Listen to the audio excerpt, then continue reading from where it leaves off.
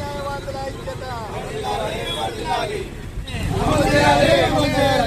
పోలీసుల దౌర్జన్యం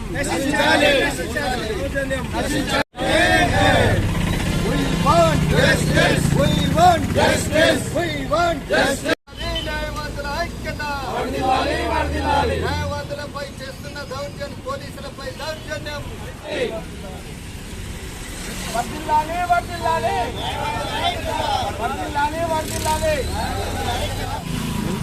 మన సార్ కొంచెం మీరు వెనకాల ఉండండి. వాళ్ళ భార్యపై పోలీసులు అఘాయిత్యానికి పాల్పడినందుకు న్యాయవాదులు అన్నారు దాన్ని తీవ్రంగా ఖండించడం జరిగింది.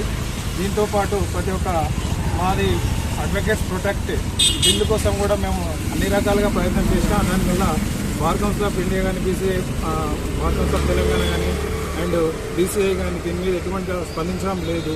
కాబట్టి వెంటనే దీనిపై న్యాయవాదులను ప్రొటెక్ట్ బిల్లు పాస్ చేయాలని న్యాయవాద పరిగి భారత తరఫున నేను చైర్మన్ గారిని మరియు బార్ కౌన్సిల్ ఆఫ్ ఇండియాను డిమాండ్ చేస్తున్నా. అలాగే ఈ ప్రతిసారి కూడా మన న్యాయవాదులపై పోలీసులు తరచుగా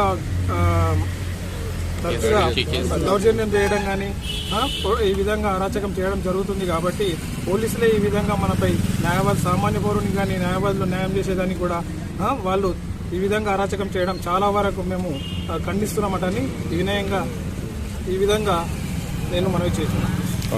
నేడు నిన్న జరిగిన సంఘటన న్యాయవాదులపై జనగాం జిల్లాలో న్యాయవాదులపై పోలీసులు ఏర్పాటు చేసినట్టు పోలీసులు వాళ్ళపై దౌర్జన్యం చేసిండ్రు.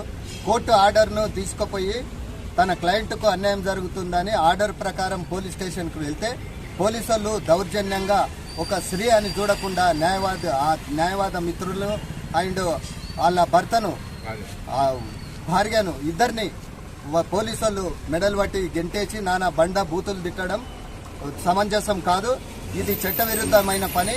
వాళ్ళ మీద తక్షణమే చర్య తీసుకొని వాళ్ళ సిఐని కానీ ఎస్ఐని కానీ అక్కడున్న స్టాఫ్ను ఎవరైతే దురుసుగా ప్రవర్తించిందో న్యాయవాదులను అరెస్ట్ చేసి జైల్లో వేయవలసిన అవసరం ఉంది.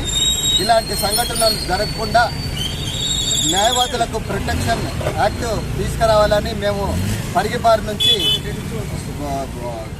ప్రభుత్వాన్ని డిమాండ్ చేస్తున్నాం.